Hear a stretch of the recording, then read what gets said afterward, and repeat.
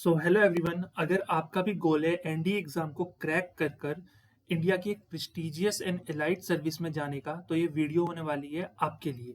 इस वीडियो में हम बात करेंगे एनडीए एग्जाम के बारे में बिल्कुल डिटेल में। कैसे ये एग्जाम होता है, कितने स्टेजेस में होता है, स्टेप्स क्या क्या है, कौन से सब्जेक्ट्स आपको पढ़ने होंगे, कितने मार्क्स आपको लाने होंगे, कट ऑफ कितनी जाती है, एसएसबी कितने मार्क्स की होगी, और बहुत सारी बातें। तो चलिए शुरू करते हैं। सबसे पहले बात करते हैं बेसिक से कि एनडीए एग्जाम जो होता है वो कितनी बार कंडक्ट कराया जाता है एक साल में। तो एक ईयर में एनडीए का जो एग्जाम होता है वो 2 बार कंडक्ट कराया जाता है। एक एग्जाम हमारा अप्रैल मंथ में होता है और एक एग्जाम हमारा सितंबर मंथ में होता है मोस्ट प्रोबेबली। अब बात करते हैं इस एग्जाम की कितनी स्टेजेस हैं। तो इस एग्जाम की टोटल 2 स्टेजेस हमारे पास रहने वाली है। पहली स्टेज होती है रिटन एग्जाम, जो कि एक ही दिन में होता है, और इस रिटन एग्जाम में हमें 2 पेपर देने होते हैं। तो एक पेपर जो होता है वो हमारा मैथमेटिक्स का होता है और एक पेपर हमारा जीएस का होता है, जिसका मतलब है जनरल स्टडीज। तो सबसे पहले बात करते हैं मैथमेटिक्स के पेपर की। तो मैथमेटिक्स के पेपर में टोटल हमारे पास 120 क्वेश्चंस आने वाले हैं। इसका सिलेबस क्या होगा उसकी बात हम अलग से कर लेंगे, ठीक है, क्योंकि फिर वो वीडियो बहुत ज़्यादा लंबी हो जाएगी। फिलहाल हम बात कर रहे हैं एनडीए एग्जाम के बारे में। तो इसमें 120 क्वेश्चंस आएंगे मैथ्स के पेपर में, और ये क्वेश्चन जो होंगे ये 300 मार्क्स के हमारे रहने वाले हैं। और इन क्वेश्चंस को करने के लिए हमें कितना समय मिलेगा? 2.5 आवर का हमें टाइम मिलेगा यहाँ पे। सेकंड एग्जाम जो हमारा होगा वो इवनिंग शिफ्ट में होता है, वो हो जाएगा हमारा जनरल स्टडीज का। ठीक है, जनरल स्टडीज में टोटल 150 क्वेश्चन हमसे पूछे जाएंगे, और टोटल जो मार्क्स इसके लिए होंगे वो 600 मार्क्स होंगे। मतलब हर एक क्वेश्चन जो जनरल स्टडीज का है वो 4 मार्क कैरी करेगा। ओके, और 120 क्वेश्चंस मैथमेटिक्स में पूछे जाएंगे टोटल 300 मार्क्स के। इसका मतलब हर एक क्वेश्चन जो है वो 2.5 मार्क्स का होगा। और यहाँ पे ध्यान रखना है, एनडीए का जो एग्जाम होता है इसमें 1/3 मार्किंग होती है, ये ध्यान रखना। ठीक है, हर एक गलत क्वेश्चन करने पे 1/3 मार्क्स जो है वो डिडक्ट हो जाएंगे। तो ये तो हमने बात करी रिटन एग्जाम की। रिटन एग्जाम 2 पेपर होते हैं इसमें, एक मैथमेटिक्स का और एक जीएस का। इसके बाद बात करते हैं स्टेज 2 की। तो स्टेज 1 हमारी रिटन एग्जाम है। अब बात करेंगे स्टेज 2 की। और स्टेज 2 जो हमारे है वो है एसएसबी इंटरव्यू। एसएसबी इंटरव्यू भी हमारा 900 मार्क्स का होता है। देखो, आपने ध्यान दिया होगा कि जो रिटन एग्जाम है उसमें 2 पेपर हैं, एक 300 मार्क्स का और एक 600 मार्क्स का। तो जो टोटल यहाँ पे अगर हम बात करें कि टोटल कितने मार्क्स हो गए रिटन एग्जाम के, तो टोटल जो मार्क्स हो गए हमारे वो 900 हो गए। 600 प्लस 300, 900। तो रिटन एग्जाम जो होता है वो टोटल 900 मार्क्स का होता है। फिर अगर आप रिटन एग्जाम क्रैक कर लेते हो तो फिर आपको बुलाया जाता है एसएसबी इंटरव्यू के लिए। एसएसबी इंटरव्यू टोटल हमारा 900 मार्क्स का होता है। इसमें हमारे बहुत सारे टेस्ट होते हैं, जिसकी बात हम डिटेल में करेंगे बाद में, क्योंकि ये एक नेक्स्ट स्टेप है। सबसे पहला स्टेप है एनडीए एग्जाम को क्रैक करना। तो इसमें कौन कौन से टेस्ट होते हैं? ऑफिसर इंटेलिजेंस रेटिंग टेस्ट होता है, पिक्चर परसेप्शन टेस्ट होता है, डिस्क्रिप्शन टेस्ट हमारा होता है, कॉन्फ्रेंस होती है, टेस्ट इंटरव्यू है ना, फाइनल इंटरव्यू होता है। तो ये सब इसमें स्टेप्स रहने वाले हैं। तो ये हमारा टोटल होता है 900 मार्क्स का, और जो फाइनल मेरिट हमारी बनती है वो बनती है 1800 मार्क्स से। 900 मार्क्स किसके? रिटन एग्जाम के, और 900 मार्क्स हमारे होते हैं एसएसबी इंटरव्यू के। तो टोटल 1800 मार्क्स से हमारी मेरिट बनती है। अब बात करते हैं कि अगर आपको इस एग्जाम को क्रैक करना है तो आपको कितने मार्क्स इसमें लाने होंगे। तो देखो, अगर हम बात करें मार्क्स की, तो एनडीए 2026 के लिए मैं बता रहा हूँ। रिटन एग्जाम की अगर हम बात करते हैं तो ये कुछ लास्ट ईयर की हमारे पास कट ऑफ है। जैसे ईयर 2024 की, 2025 अभी चल रहा है तो उसकी कट ऑफ को मैंने अभी इंक्लूड नहीं किया है। बट अगर हम बात करें एनडीए 1, ये जो अप्रैल में होता है, और एनडीए 2 जो सितंबर में होता है, तो इनकी कट ऑफ के बारे में बात हम कर लेते हैं। तो जो एनडीए 1 है अप्रैल वाला, उसमें 2024 वाले ईयर में जो कट ऑफ गई थी, रिटन एग्जाम की कट ऑफ की बात हो रही है, देखो यहाँ पे रिटन एग्जाम, तो उसकी कट ऑफ गई थी 291। मतलब इतने मार्क्स अगर आपके हैं 291, तो आपको एसएसबी की कॉल आएगी। और जो सितंबर वाला एग्जाम था उसमें कट ऑफ गई थी 305। कट ऑफ हमेशा वेरी करती है, वेरी डिपेंड करता है कट ऑफ पेपर के लेवल पे। ठीक है, कितने बच्चे एग्जाम दे रहे हैं उस पर भी डिपेंड करेगा। पेपर का लेवल कैसा था, इजी था, मॉडरेट था, टफ था। तो जीएस टफ थी या इजी थी, उस उन सब पे डिपेंड करता है कि हमारी कट ऑफ कितनी जाने वाली है। सेम अगर हम बात करें 2023 में जो कट ऑफ है अप्रैल मंथ के लिए, वो 301 गई थी, और जो सितंबर मंथ वाला एग्जाम है उसके लिए कट ऑफ कितनी गई थी? 292। अब जैसे 222 की बात करें तो 2022 की बात करें तो कट ऑफ गई थी 360, देखो कितनी ज़्यादा चली गई। और फिर यहाँ पे सितंबर वाले एग्जाम के लिए 355। तो 2022 में क्या हुआ था, कट ऑफ थोड़ी हाई गई थी। क्यों गई थी? क्योंकि पेपर थोड़ा टफ साइड पे था, तो कट इजी साइड पे था, सॉरी, तो इजी साइड पे था तो कट ऑफ क्या चली गई, ज़्यादा चली गई। तो डिपेंड करता है पेपर की का लेवल क्या है हमारा, ठीक है। तो ये कुछ ईयर्स की मैंने कट ऑफ यहाँ पे एक आइडिया के लिए बता रखी है।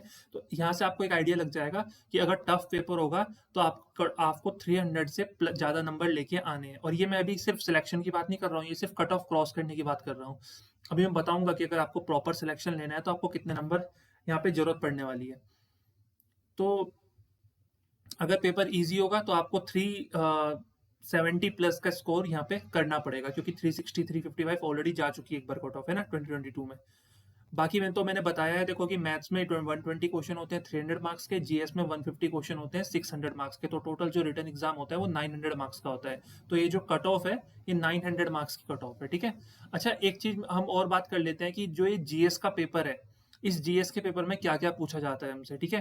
तो जो 150 क्वेश्चन है ना, इस 150 में से अराउंड 50 क्वेश्चन जो होते हैं वो इंग्लिश के पूछे जाएंगे, इंग्लिश लैंग्वेज के। उसमें फिल इन द ब्लैंक्स, ठीक है, एंटोनियम, सिनोनियम, कॉम्प्रीहेंशन, ये सब चीजें पूछी जाएंगी। और बाकी क्वेश्चन किसके होंगे? कुछ क्वेश्चन फिजिक्स के होंगे, कुछ केमिस्ट्री के होंगे, कुछ हिस्ट्री के होंगे, कुछ पॉलिटी के होंगे, कुछ करंट अफेयर्स के होंगे। अभी ये मैं डिटेल में बात करूंगा इसके बारे में। तो फिलहाल ये देखो कि कितनी कट ऑफ जा चुकी है।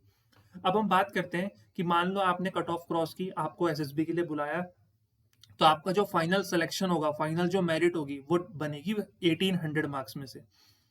तो अगर मैं एसएसबी इंटरव्यू के भी मार्क्स जोड़ देता हूं तो आउट ऑफ 1800 जो कट ऑफ गई है 2024 में, 2023 में, 2022 में, 2021 में, 2020 में, तो वो कितनी गई है? देखो 2024 में 654 टोटल कट ऑफ गई है आउट ऑफ 1800, और सितंबर वाले एग्जाम के लिए 673 कट ऑफ गई है, ठीक है। 2023 में इतनी गई है। अब अगर मैं इसके लिए सेफ स्कोर बताऊं तो अगर आप 800 प्लस में जाते हो तो बिल्कुल सेफ हो, पेपर इजी हो टफ हो, 800 प्लस से ऊपर मेरिट बहुत रेयरली ही जा सकती है, वरना 800 प्लस अगर आप स्कोर करते हो तो वो एक गुड स्कोर है, ठीक है। अब हम बात करते हैं टॉपिक वाइज की मैथ्स का पेपर होता है, उसमें सबसे इंपॉर्टेंट जो चैप्टर्स हमारे रहने वाले हैं वो कौन से हैं। देखो कुछ, वैसे तो सारे सिलेबस से कहीं थोड़े थोड़े क्वेश्चन बनते हैं, बट कुछ टॉपिक ऐसे हैं जिनसे कुछ ज़्यादा ही क्वेश्चन बनते हैं, तो वो हमारे मोस्ट इंपॉर्टेंट टॉपिक्स हो जाएंगे हमारे मैथमेटिक्स के एग्जाम में। तो कौन कौन से वो टॉपिक है? तो फर्स्ट टॉपिक जो हमारा है वो है कैलकुलस। कैलकुलस से लगभग हर एग्जाम में एनडीए के 20 to 25 क्वेश्चन पूछे जाते हैं। किसी एग्जाम में 20 पूछेंगे, किसी में 22, किसी में 25, किसी में 26 भी पूछ लेंगे, है ना। मतलब एक एवरेज है कि 20 to 25 क्वेश्चंस कैलकुलस से बनेंगे ही बनेंगे। Quadratic equation one of the most important topic और इजी भी है, ठीक है। तो 20 से 15 क्वेश्चन के अराउंड जो है, 15 to 20 क्वेश्चन के अराउंड क्वाड्रेटिक इक्वेशन से पूछता है एनडीए, यूपीएससी, ठीक है, क्योंकि एनडी का जो एग्जाम है वो यूपीएससी कंडक्ट कराता है। मैट्रिसेस एंड डिटर्मिनेंट, यहाँ पे डी का मतलब जो है वो डिटर्मिनेंट है, तो मैट्रिसेस एंड डिटर्मिनेंट जो है उससे 30 क्वेश्चन के अराउंड हमसे पूछे जाते हैं यूपीएससी एनडीए के एग्जाम में। प्रोबेबिलिटी की अगर हम बात करें तो 10 क्वेश्चन हमसे पूछे जा रहे हैं। ट्रिग्नोमेट्री से टोटल 30 क्वेश्चंस के अराउंड हमसे पूछे जाते हैं। देखो ऐसा नहीं है कि एग्जैक्टली 30, कभी 29 भी हो सकते हैं, 28 भी हो सकते हैं, 32 भी हो सकते हैं, ठीक है। कॉम्प्लेक्स नंबर की अगर हम बात करें तो 10 to 15 क्वेश्चन जो है वो कॉम्प्लेक्स नंबर से यूपीएससी एनडीए में पूछ रहा है। तो ये तो हमने बात करी मैथ्स के पेपर को ब्रेक डाउन करके कि कौन से चैप्टर यहाँ पे सबसे इंपॉर्टेंट है। अब अगर हम बात करें इंग्लिश की, तो जो जीएस का पेपर है 150 क्वेश्चन उसमें पूछे जाएंगे, उसमें से 50 क्वेश्चन जो होंगे वो इंग्लिश के होंगे। अब उन 50 क्वेश्चन में से टॉपिक वाइज अगर मैं डिफरेंशिएट करूं कि किस टॉपिक से कितने क्वेश्चन पूछे जाएंगे, तो वो देखो आपके सामने है। जो स्पॉटिंग एरर, एक सेंटेंस दिया रहेगा और उसमें बताएंगे, उस सेंटेंस को 4 पार्ट में डिवाइड कर देंगे, ए बी सी डी, तो बताना होगा आपको किस पार्ट में एरर है। तो इस तरह के जो क्वेश्चन है वो टोटल हमसे 5 क्वेश्चन जो है वो पूछे जाएंगे।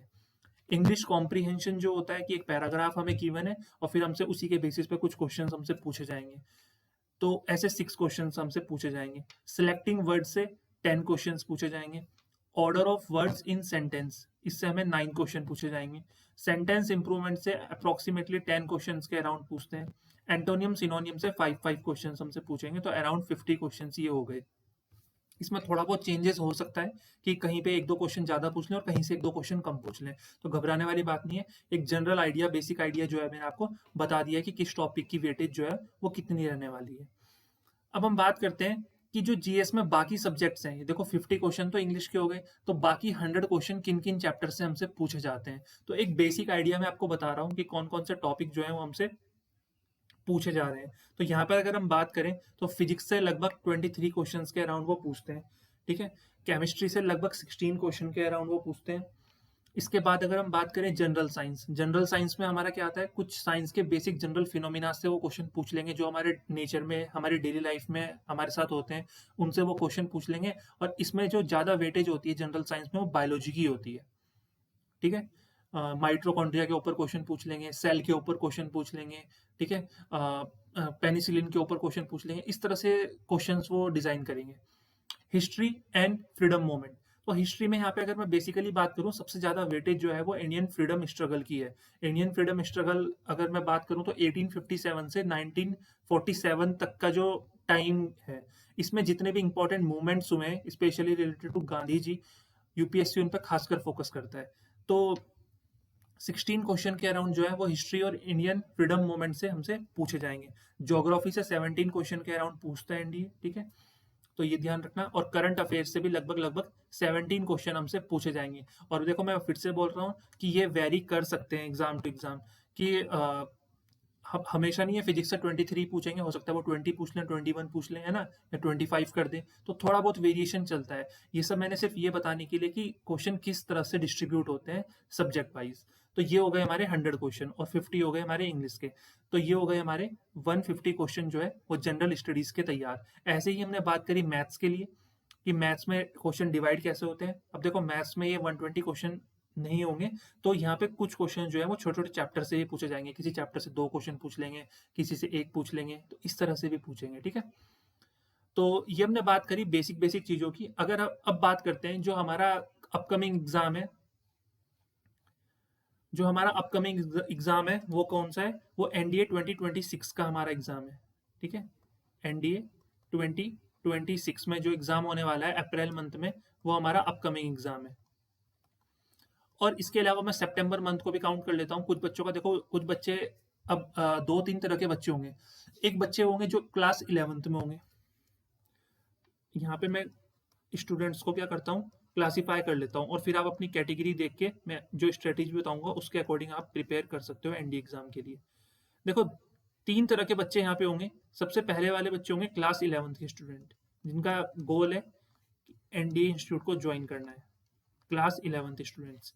सेकेंड कैटेगरी यहाँ पे होगी क्लास 12th स्टूडेंट्स की, जो रिसेंटली क्लास 12th में होंगे और जिन्होंने अप्रैल वाला, जो एलिजिबल हो गए एग्जाम के लिए बेसिकली, और जिन्होंने अप्रैल वाला एग्जाम अटेम्प्ट करना है। थर्ड यहाँ पे होंगे ड्रॉपर्स, जिन्होंने क्लास 12th पास कर लिया लेकिन उन्होंने ड्रॉप किया है इस एग्जाम के लिए। तो देखो अगर आप क्लास 11th में हो या आप क्लास 12th में हो, तो आपकी स्ट्रेटेजी जो रहेगी वो सेम स्ट्रेटेजी रहने वाली है, सेम स्ट्रेटेजी रहने वाली है। हाँ, ड्रॉपर्स के लिए स्ट्रेटेजी बेसिक तो सेम रहेगी, बट थोड़ी सी एडवांस हो जाएगी, क्योंकि उनके पास जो क्लास 11th या क्लास 12th के सब्जेक्ट्स को पढ़ने का बर्डन नहीं होगा, वो बिल्कुल एकदम फ्री है इस समय, सिर्फ इस एग्जाम के लिए फोकस्ड है। तो हम बात करते हैं क्लास 11 12 और ड्रॉपर्स के लिए जो बेसिक स्ट्रेटेजी रहने वाली है उसके लिए, और फिर मैं बताऊंगा कि ड्रॉपर्स के लिए एडवांस में उन्होंने किस चीज़ को प्रैक्टिस करना है या क्या चीज़ उन्होंने एडवांस में अपने ऐड करनी है। तो सबसे पहले हम बात करते हैं, दो चीज़ें मैं यहाँ पे बात करूंगा। एक है मटेरियल की, कि आपको किस किस मटेरियल की जरूरत पड़ने वाली है इस एग्जाम को क्रैक करने के लिए, और फिर मैं बताऊंगा कि उसका यूज कैसे करना है। तो सबसे पहले हम बात करते हैं मटेरियल की, कि आपके पास कौन कौन सा मटेरियल यहाँ पे होना चाहिए।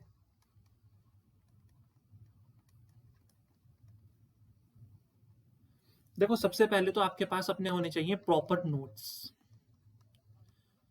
अब ये नोट्स आपने खुद से बनाए हैं, आपके टीचर ने जहाँ से भी आप पढ़ रहे हो, जहाँ से भी आप प्रिपरेशन कर रहे हो, वहां से आपको प्रिपेयर कराए गए हैं, या आपने मार्केट से परचेज किए हैं, या आप किसी बुक को फॉलो कर रहे हो, तो वो सब उसमें नोट्स में इंक्लूड हो गया है, ठीक है? बट मेरा एक ही सजेशन रहेगा, सिर्फ लिमिटेड सोर्स, ठीक है? ऐसा नहीं है कि आपने 4-5 तरह के नोट्स इकट्ठे कर रखे हैं मैथ्स के लिए या जीएस के लिए और आप सबको पढ़ रहे हो, तो वो बेकार है, ठीक है? तो आप यहाँ पे कोई भी चीज़ खरीद सकते हो। लाइक आप किसी भी एक बुक को फॉलो कर सकते हो, किसी भी एक पब्लिकेशन की बुक, जैसे एक एनडीए पाथफाइंडर करके बुक आती है, आप उसको फॉलो कर रहे हो तो प्रॉपर उसी को फॉलो करो, ठीक है। या आपने अपने खुद से नोट्स बनाए हैं तो खुद से नोट्स प्रिपेयर करो। बट मैं यहाँ पे बोलूँगा, ठीक है, सिंगल नोट रखो, single note plus multiple revision, और उसी का मल्टीपल रिवीजन करो। ऐसा नहीं है कि आपने 2-3 तो बुक खरीद रखी है मार्केट से, अपने कोचिंग के नोट्स भी ले रखे हैं और सबको रिवाइज कर रहे हो, तो वो चीज़ें फिर क्लिक कम करती हैं एग्जाम में। एग्जाम टाइम पे कंफ्यूजन ज़्यादा हो जाता है। तो सिंगल सोर्स रखो, ठीक है। अगर किसी बुक को फॉलो कर रहे हो तो उस बुक को ही प्रॉपर फॉलो करो। कोई पर्टिकुलर नोट्स है कोचिंग के तो उन्हीं को फॉलो करो और उनका मल्टीपल रिवीजन करो। तो पहली चीज़। सेकंड चीज़, कहीं से भी आपको पीवाईक्यूज का इंतजाम करना है। पीवाईक्यूज कहाँ मिलेंगे? आप यूपीएससी की वेबसाइट से निकाल सकते हो एनडीए के प्रीवियस ईयर पेपर्स। यूपीएससी की जो ओरिजिनल वेबसाइट है वहां से आप निकाल सकते हो। मार्केट से आप परचेज कर सकते हो पीवाईक्यूज। ओके, मतलब आपके पास पीवाईक्यू का सोर्स होना चाहिए जहां से आपको लास्ट 10 to 15 ईयर्स के पीवाईक्यू मिलते हैं। देखो, वैसे तो आप अगर लास्ट 20 ईयर्स के भी कर लो तो कोई बुरी बात नहीं है, बट लास्ट अभी आपके पास टाइम है तो लास्ट 15 ईयर्स के पीवाईक्यू एटलीस्ट आपने आपके पास अवेलेबल होने चाहिए प्रैक्टिस करने के लिए। थर्ड, और बहुत इंपॉर्टेंट, सिर्फ आपके रिटन एग्जाम के लिए नहीं, आपका जो एसएसबी होगा उसके लिए भी the most important resource is newspaper. देखो, न्यूज़पेपर काफ़ी काफ़ी हेल्प करता है पर्सनैलिटी को मोल्ड करने में, पर्सनैलिटी को इनहेंस करने में, ठीक है, शार्प करने में, हमारी सोचने की जो क्षमता है उसको इंक्रीज करने में, एलेबोरेट करने में न्यूज़पेपर काफ़ी हेल्प करता है। हम मतलब मल्टी डायमेंशन तरीके से हम सोच पाते हैं जब अगर हम एक अच्छा न्यूज़पेपर पढ़ रहे हैं। न्यूज़पेपर कोई कौन सा फॉलो करना है? देखो, यहाँ पे मैं हिंदी न्यूज़पेपर पढ़ने की बात नहीं कर रहा हूँ कि हिंदी न्यूज़पेपर को फॉलो करना है। जस्ट अ सेकेंड ना।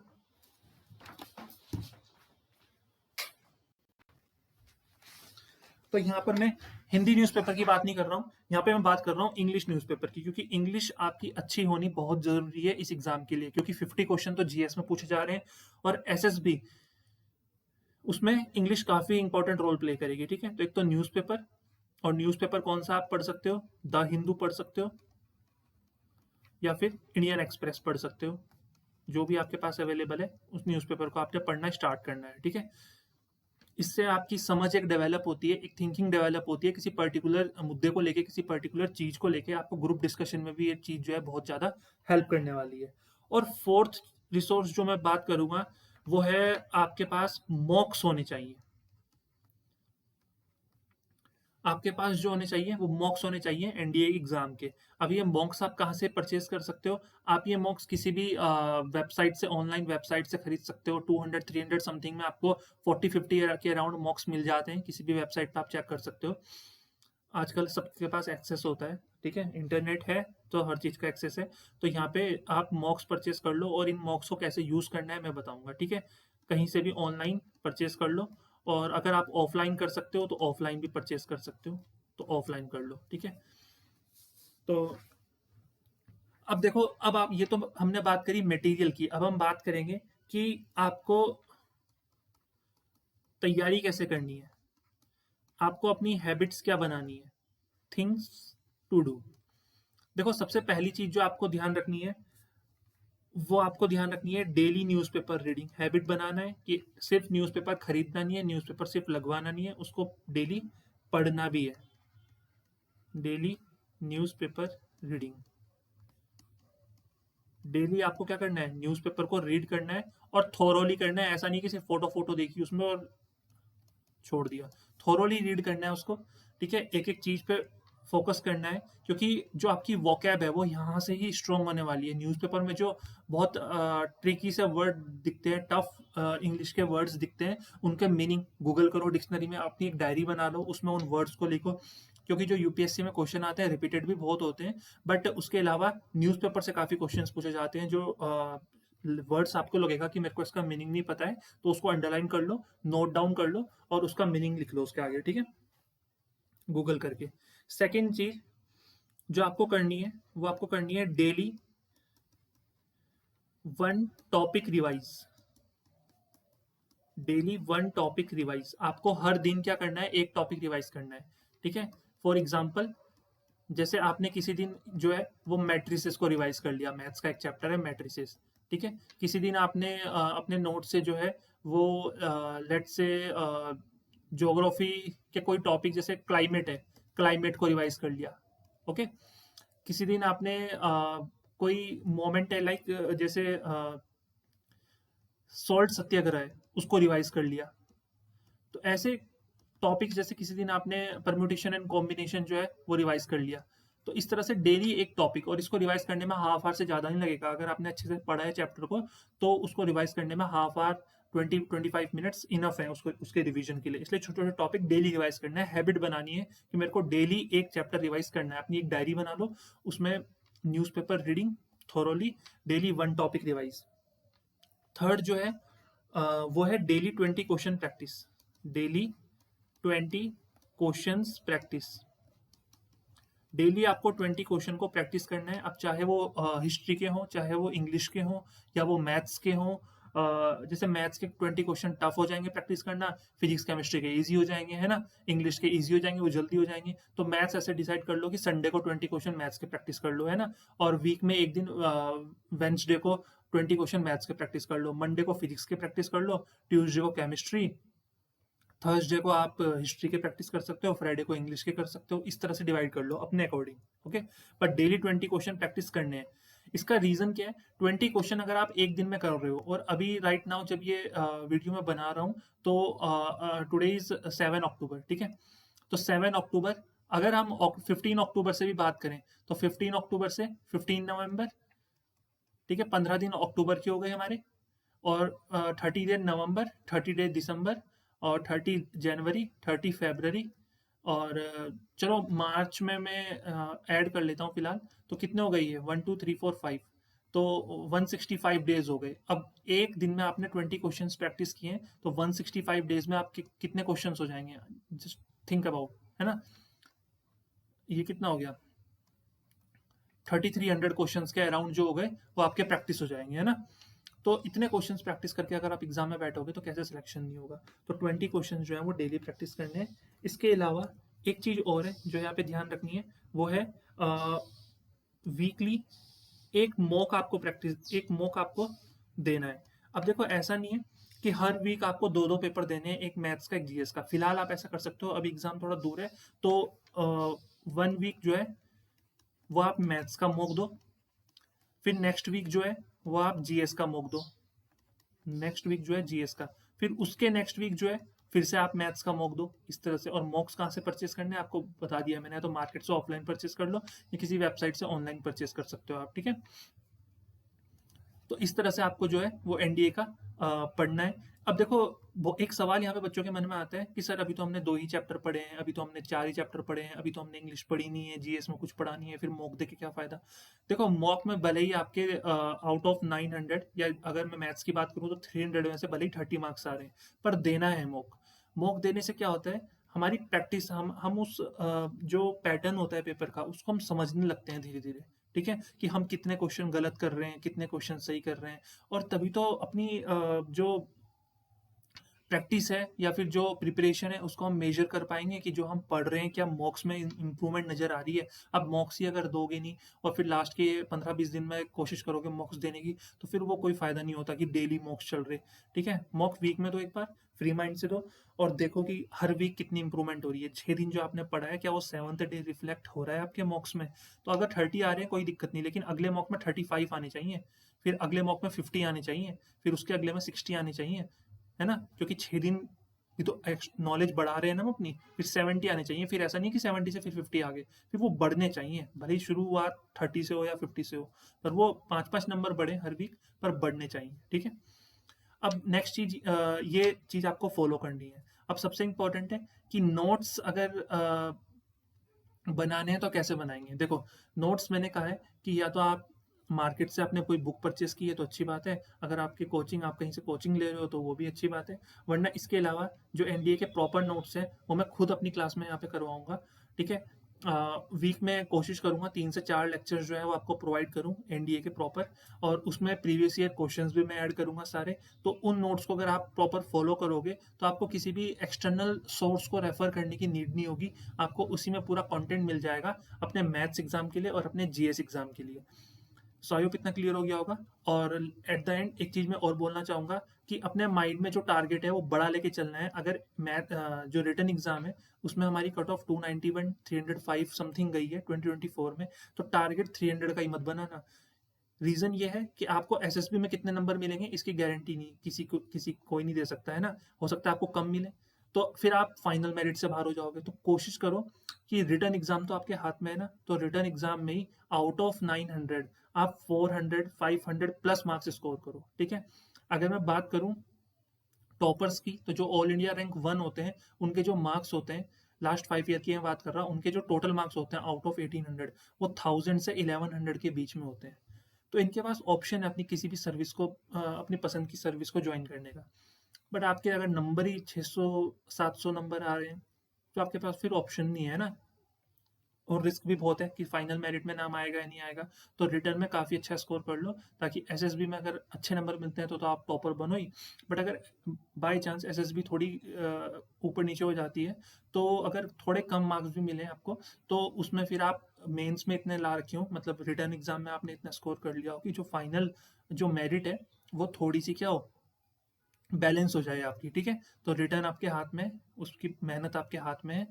तो इसकी आप प्रैक्टिस अच्छे से कर सकते हो, और एक हाई स्कोर का गोल बनाओ कि मेरे को एटलीस्ट जो रिटर्न एग्ज़ाम है, ठीक है, उसमें कितने मार्क्स लेके आने हैं, 500 600 प्लस मार्क्स लेके आने हैं। तो अगर आप 600 प्लस का टारगेट बनाओगे, तो 600 मार्क्स अगर आपके रिटर्न एग्ज़ाम में आ रहे हैं, तो आपको फिर एक एवरेज मार्क्स भी अगर मिलते हैं एसएसबी में, तो आपका अच्छे मार्क्स के साथ सिलेक्शन हो जाएगा। ओके। सो आई होप इतना क्लियर हो गया होगा कि एनडीए एग्जाम किस टाइप से होता है, क्या क्या इसमें पूछा जाता है, प्रिपरेशन कैसे करनी है। सो आई होप कि अब एक क्लैरिटी मिल गई होगी इस एग्जाम को लेके। सो चलिए करते हैं अपनी प्रिपरेशन स्टार्ट, और अगर वीडियो अच्छी लगी तो प्लीज़ चैनल को सब्सक्राइब करो, और जो ये एनडीए की हम कम्युनिटी बना रहे हैं इसके साथ जुड़ने की कोशिश करो, ताकि फ्लाइंग कलर्स के साथ आपके ये एग्ज़ाम जो है अप्रैल 2026 का वो निकले। Thank you.